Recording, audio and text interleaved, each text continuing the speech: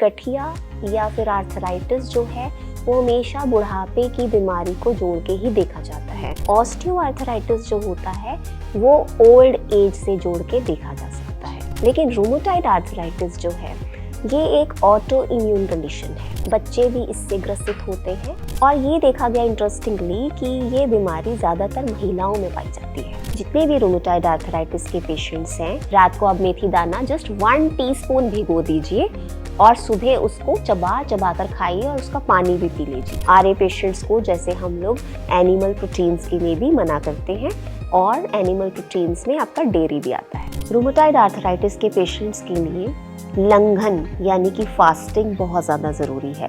नमस्कार, सेहतनामा में आज बात करेंगे रूमेटॉइड आर्थराइटिस यानी गठिया पर एक बार फिर। इससे पहले जो हमने रूमेटॉइड आर्थराइटिस पर वीडियोस बनाए हैं वो आपके लिए काफ़ी फ़ायदेमंद साबित हो रहे हैं, क्योंकि बहुत सारे लोग आप में से कमेंट सेक्शन में अपनी राय उसके बारे में ज़ाहिर कर रहे हैं।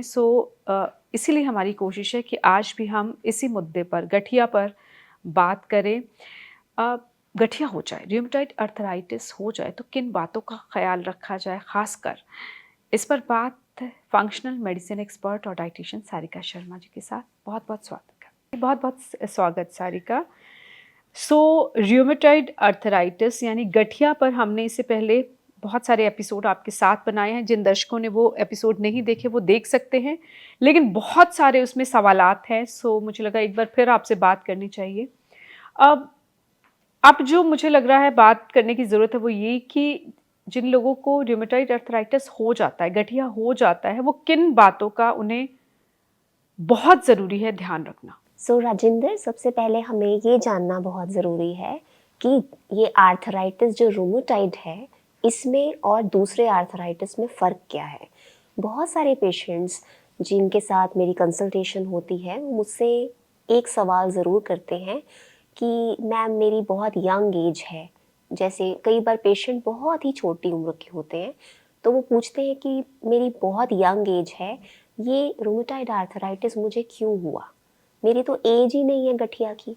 तो नेचुरली क्योंकि गठिया या फिर आर्थराइटिस जो है वो हमेशा बुढ़ापे की बीमारी को जोड़ के ही देखा जाता है। तो यहाँ पर हम उस आर्थराइटिस की बात कर रहे हैं जिसको हम कहते हैं ऑस्टियोआर्थराइटिस। ऑस्टियोआर्थराइटिस जो होता है वो ओल्ड एज से जोड़ के देखा जा सकता है, ठीक है। लेकिन रूमेटॉइड आर्थराइटिस जो है ये एक ऑटो इम्यून कंडीशन है। ये किसी भी उम्र में हो सकता है। किसी भी उम्र में हो सकती है। मेरे पास जो सबसे यंगेस्ट पेशेंट है इस वक्त वो सिर्फ 6 साल का है। जी, बच्चे भी इससे ग्रसित होते हैं। तो इसीलिए हमें ये नहीं सोचना चाहिए कि अगर किसी बच्चे को मान लीजिए किसी भी जॉइंट में स्वेलिंग आ गई या स्वेलिंग परसिस्ट कर रही है तो एक बार जाके चेकअप ज़रूर करवाएं और इसके रेलेवेंट टेस्ट ज़रूर करवाएं। ये सोच के घर नहीं बैठना चाहिए कि ये तो छोटा बच्चा है, इसको थोड़ी ना कुछ हो सकता है, तो जॉइंट्स वैसे ही स्वेल हो गए होंगे या चोट लग गई होगी। तो ऐसा नहीं है, चेकअप ज़रूर करवाएं। कुछ सिम्टम्स होते हैं? जी, सिम्टम्स होते हैं। तो ज़्यादातर क्या होता है, वैसे सिम्टम्स सभी के अलग तरीके के होते हैं। मतलब गठिया के, रूमेटॉइड आर्थराइटिस के, जो आपने कहा कि किसी भी उम्र में हो सकता है, उसके लक्षण दिखते हैं? लक्षण दिखते हैं। अब जैसे मान लीजिए कि कुछ पेशेंट्स की पैरों के टोज से स्टार्ट होता है, पैर की उंगलियों से, ठीक है।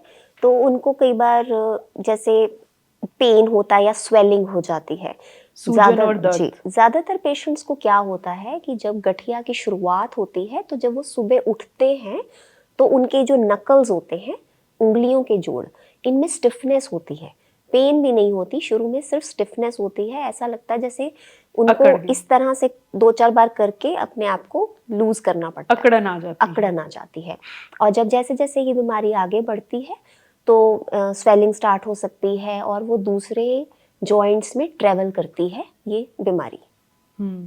तो और बच्चों में भी ऐसी सिम्टम्स नजर आए, लक्षण नजर आए? जी, बच्चों में भी क्या होता है, कभी घुटना सूज गया या कभी एंकल में पेन हो गया या कभी कूहनी में दर्द हो गया। तो इस तरह से कुछ भी सिम्टम्स हो सकते हैं। तो अब इसकी वजह क्या होती है? वजह बहुत सारी हो सकती है और ये देखा गया इंटरेस्टिंगली कि ये बीमारी ज़्यादातर महिलाओं में पाई जाती है। अच्छा, गठिया। जी, ज़्यादातर महिलाओं में। जी। और उसकी कोई वजह है? उसका वजह अभी तक प्रूव नहीं हुआ है, लेकिन हम डेटा से ये मानकर चल सकते हैं कि इस बीमारी का माइंड से बहुत लेना देना है। और महिलाएं जो हैं वो अपने स्वभाव से ही बहुत सेंसिटिव होती हैं इमोशनली, है ना। तो इसीलिए इस बीमारी का इमोशनल नेगेटिव थिंकिंग, ट्रॉमा और स्ट्रेस बहुत ज़्यादा लिंक है इस चीज़ का। जैसे राजेंद्र, हमने एक वीडियो की थी जिसमें हमने एक्सक्लूसिवली गट लाइनिंग की बात की थी। उस वीडियो का लिंक भी हमने दिया हुआ है डिस्क्रिप्शन में, वो आप देख सकते हैं। तो यहाँ मैं गट लाइनिंग की बात इसलिए कर रही हूँ कि जैसे कि हमने हमेशा से एक चीज़ डिस्कस की है, आयुर्वेद भी कहता है कि हर बीमारी की शुरुआत आपके पेट से होती है।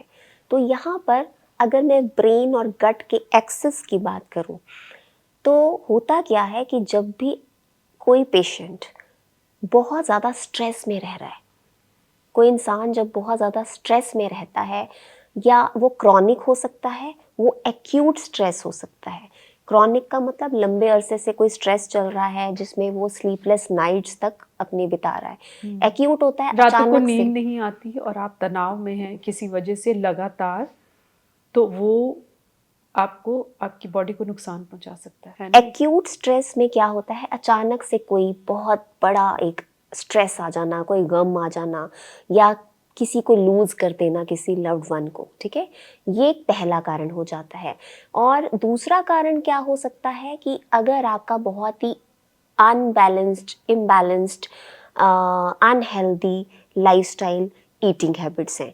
जैसे मेरे पास बहुत केसेस ऐसे भी हैं जहाँ पर पेशेंट जो है वो बहुत लंबा अरसा हॉस्टल में रहा हुआ होता है और उसके बाद उसका डाइजेस्टिव सिस्टम कभी भी सही नहीं हो पाता और धीरे धीरे जॉइंट पेन्स स्टार्ट हो जाते हैं, ठीक है। और ये भी देखा गया है कि जो गर्भवती महिलाएं बहुत ज़्यादा स्ट्रेस में रही होती हैं और जब फिर उनकी डिलीवरी होती है तो तब भी देखा गया है कि बहुत सारे they get converted into rheumatoid arthritis patients. उनको भी रूमेटॉइड आर्थराइटिस होने का एक खतरा बना रहता है, ठीक है। बहुत सारी महिलाएं डिलीवरी के बाद ये एक्सपीरियंस करती हैं कि जोड़ों की दर्द ठीक ही नहीं हो रही है, ठीक है। तो आयुर्वेद में भी ये देखा गया है कि इस तरह क्यों होता है, क्योंकि इम्यून सिस्टम पूरी तरह से शिफ्ट होता है जब प्रेग्नेंट होती है लेडी, और ये एक ऑटो इम्यून डिसऑर्डर है। इसीलिए कई बार डिलीवरी के बाद इम्यून सिस्टम नहीं ठीक से सेट होता और वो अपने ही जॉइंट्स पे अटैक स्टार्ट कर देता है।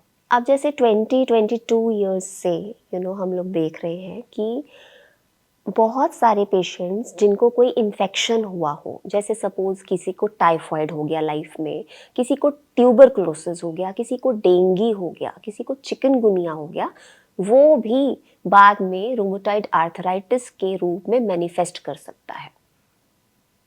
कोई भी बैक्टीरिया या वायरस जब आपकी बॉडी फाइट कर रही है तो बाद में आपको रूमेटॉइड आर्थराइटिस के लक्षण जो हैं वो नहीं जाते कई बार।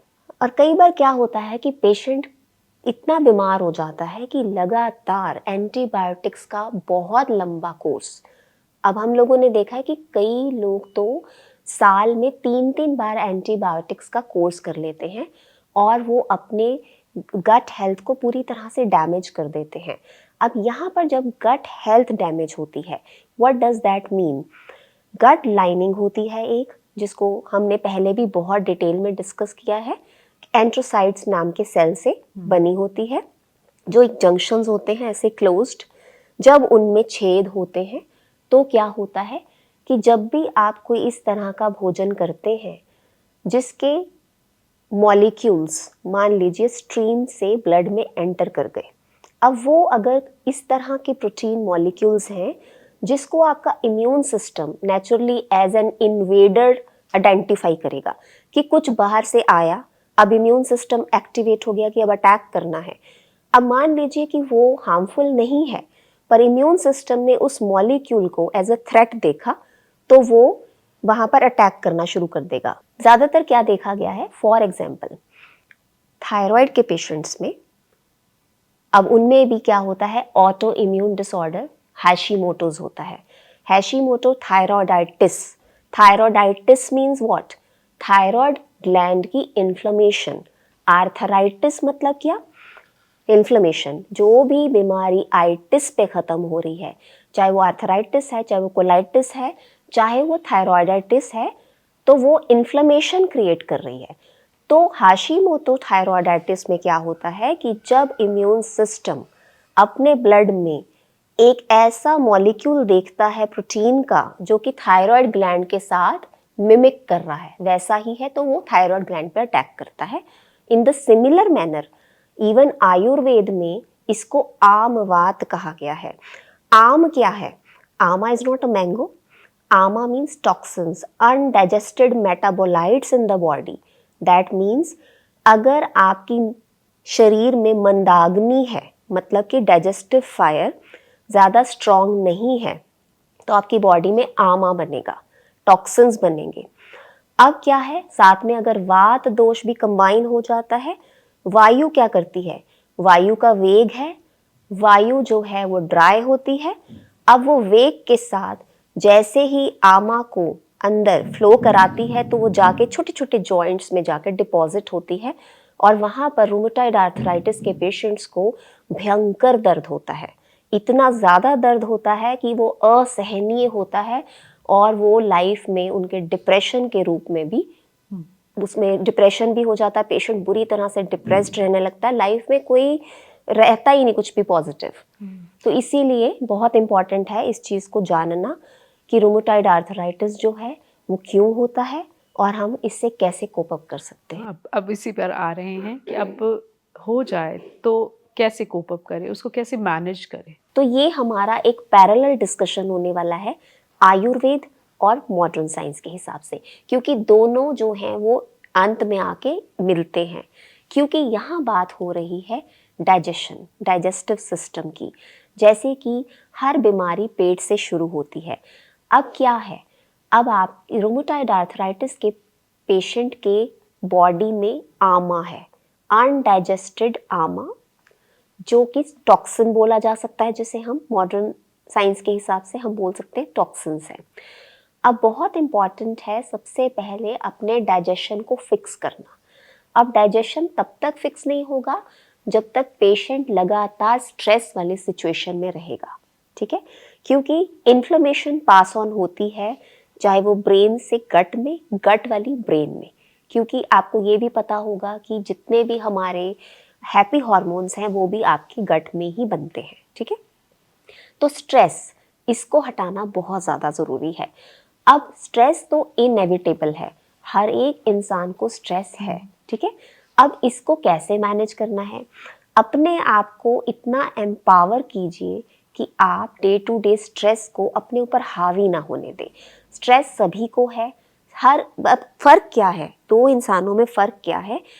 स्ट्रेस दो इंसानों को, दोनों को बराबर है। एक इंसान अपने स्ट्रेस को मैनेज कर पा रहा है और दूसरा क्या कर रहा है, अपने ऊपर हावी होने दे रहा है, इसीलिए वो बीमारी का शिकार बन रहा है, ठीक है? अब स्ट्रेस को मैनेज करने के लिए बहुत इम्पॉर्टेंट है कि आप सबसे पहले सुबह जल्दी उठ के अपने साथ 1 घंटा ज़रूर बिताएं।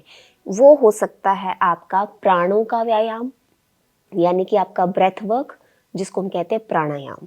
दूसरा आपका हो सकता है ध्यान की क्रिया, या फिर आप योगा की बहुत लाइट स्ट्रेचिंग कर सकते हैं। अब सुनने में तो लगता है कि ये टिप्स तो सभी को पता है, लेकिन आप ये बताइए कि अगर आपको पता है तो कितने लोग इसको करते हैं प्रैक्टिकली? प्रैक्टिकली जब तक आप किसी चीज़ को फॉलो नहीं करते तब तक पता होने का कोई मतलब नहीं है। तो बहुत इम्पॉर्टेंट है कि अनुलोम विलोम अपनी दिनचर्या में ज़रूर शामिल किया जाए। अब मैं बहुत सारे पेशेंट्स को समझाती हूँ कि जब वो अनुलोम विलोम करते हैं, बहुत सारे पेशेंट्स मुझे कहते हैं बहुत थक जाते हैं हम, हमारा ये हो जाता है, वो हो जाता है, हमसे होता ही नहीं है। वो इसलिए नहीं होता है बिकॉज वो अनुलोम विलोम को करना ही नहीं जानते। अब आप वो बताएंगी अनुलोम विलोम करने का सही तरीका क्या है? अनुलोम विलोम करने का जो सही तरीका है, आपको क्या करना है, सब हर एक को प्रक्रिया मालूम है, ठीक है? मान लीजिए कि आपने ये नॉस्ट्रिल अपनी बंद की, अब बहुत जेंटली आपने जब यहाँ से सांस लिया, अब आपने इसको बंद कर दिया। अब ये अवस्था कुंभक कहलाती है। कुंभक का मतलब कि आपने अभी ब्रेथ होल्ड कर दिया। अब ये कुंभक जो है वो पेशेंट्स अपना 10 सेकंड से बढ़ाकर 2.5 मिनट तक आराम से कर सकते हैं। जैसे मेरा 2.5 मिनट का कुंभक है, जैसे लेफ्ट साइड से किया, 2.5 मिनट का कुंभक लगाया। जो नए हैं वो 10 सेकंड का लगाएं। और जब यहाँ से सांस छोड़ें दूसरी नॉस्ट्रल से, तो इमेजिन कीजिए कि आपके यहाँ पर एक पंख पड़ा है और वो आप जब सांस छोड़ रहे हैं उस एक्सहेलेशन से ये पंख भी नहीं हिलना चाहिए। इतना जेंटल आपका ब्रीदिंग होना चाहिए जी। जब आप इस तरह से अनुलोम विलोम करते हैं तभी आपका प्राणायाम माना जाता है। प्राण आपको इस तरह से नहीं करना, इस तरह से नहीं अक्सर करना लोग कर रहे होते हैं, आप गार्डन में जाइए, पार्क्स में लोग जोर जोर से सांस ले रहे हैं और छोड़े, वो नहीं करना वो है। नहीं करना बहुत है। सहज होकर आपने अनुलोम विलोम करना है, तब फायदा आपको मिलेगा। खुद को ही पता नहीं लगना चाहिए कि आप सांस ले रहे हैं। इतना जेंटल होना चाहिए कि इमेजिन कीजिए यहाँ पे एक पंख पड़ा है पक्षी का और उसका वो फैदर जरा सा भी नहीं हिले, वो है आपका प्राणायाम। ठीक है, इस तरह से आप ध्यान की अवस्था में भी जा सकते हैं। ध्यान क्या है? ध्यान का मतलब है अपनी सांसों को देखना, और जैसे ही सांस से आपका ध्यान भटके तो वो ध्यान नहीं, ध्यान सिर्फ सांसों को देखना है। ठीक है, तो आप जब ध्यान की अवस्था में चले जाते हैं तो आपको पता ही नहीं चलता कि आप सांसों को देखते देखते कहाँ पहुंच जाते हैं, और सोना भी नहीं है। ठीक है, तो ये बहुत इंपॉर्टेंट है ये वाला टूल आपके स्ट्रेस को मैनेज करने के लिए। रूमेटॉइड आर्थराइटिस के पेशेंट्स को इस बात का ध्यान रखना बहुत ज़रूरी है कि वो हमेशा ताज़ा बना हुआ खाना खाएं। जो खाना आपका बन गया विदिन 3 आवर्स, 3 घंटे के अंदर आपको वो खाना खा लेना है। फ्रिज में रखा हुआ खाना आर्थराइटिस के पेशेंट्स बिल्कुल भी नहीं खाएं। आयुर्वेद के हिसाब से बात बताऊं तो वात बढ़ता है, वात दोष बढ़ता है जब आप पुरानी बासा खाना खाते हैं। जैसे कहते हैं ना कि उस बासी खाना खाने से क्या होता है, वात बढ़ता है, वात बढ़ता है। पुराने ज़माने से हम लोग सुनते आ रहे हैं। तो this is the logic behind it कि आपको हमेशा फ्रेश खाना ही खाना है। रूमेटॉइड आर्थराइटिस के पेशेंट्स को कुछ मसाले बहुत ज़्यादा हेल्पफुल होते हैं। कुछ मसाले वो अपने खाने में ज़रूर इस्तेमाल करें। जैसे कि उससे दीपन पाचन बढ़ता है, आपके आमा को डाइजेस्ट होने में मदद मिलती है। जैसे कि मेथी दाना। जितने भी रूमेटॉइड आर्थराइटिस के पेशेंट्स हैं, हमने अपनी पिछली वीडियो में भी डिटेल में बात की थी, और वो वाली वीडियो देखकर बहुत सारे पेशेंट्स को फ़ायदा भी हुआ है।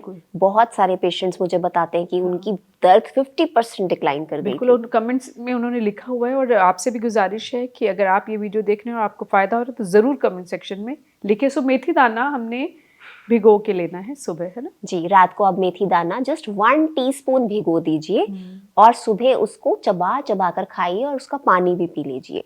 और उससे भी बेहतर क्या है कि अगर आपको वक्त है तो स्प्राउटिंग कीजिए, अंकुरित कीजिए इस मेथी दाना को और इसे सुबह चबा चबा कर खाइए।